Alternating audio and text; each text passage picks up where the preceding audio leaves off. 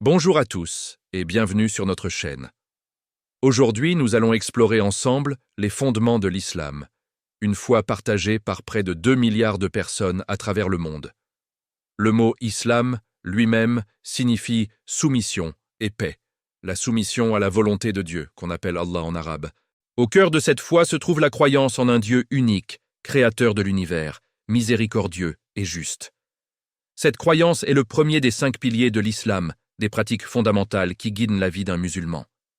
Le premier pilier est la shahada, la profession de foi. Il n'y a de divinité digne d'adoration qu'Allah, et Muhammad est son messager. C'est une déclaration simple mais profonde qui affirme le monothéisme pur. Le deuxième pilier est la salat, la prière. Les musulmans prient 5 fois par jour, tournés vers la Kaaba à la Mecque. Ces prières sont des moments de connexion directe avec Dieu, un rappel constant de sa présence dans notre vie quotidienne. Elle rythme la journée et apporte une structure spirituelle. Ensuite, nous avons la zakat, l'aumône légale. C'est le troisième pilier. Il s'agit de donner une partie de sa richesse aux plus démunis. La zakat n'est pas juste un acte de charité, c'est un droit pour les pauvres et un moyen de purifier ses biens.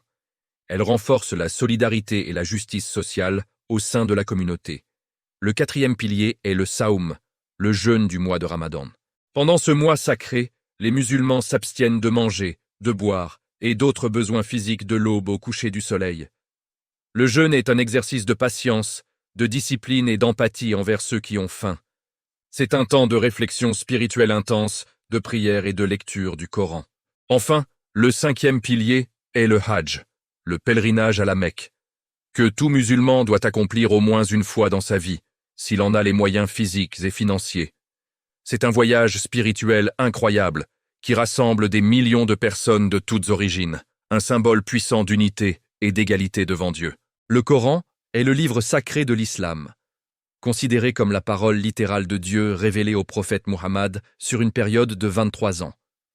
Il guide les musulmans dans tous les aspects de leur vie, de la spiritualité à l'éthique, en passant par la loi et les relations sociales.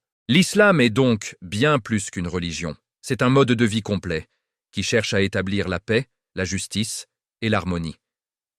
J'espère que cette brève introduction vous a éclairé.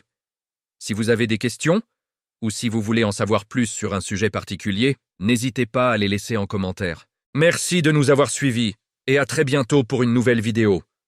N'oubliez pas de vous abonner.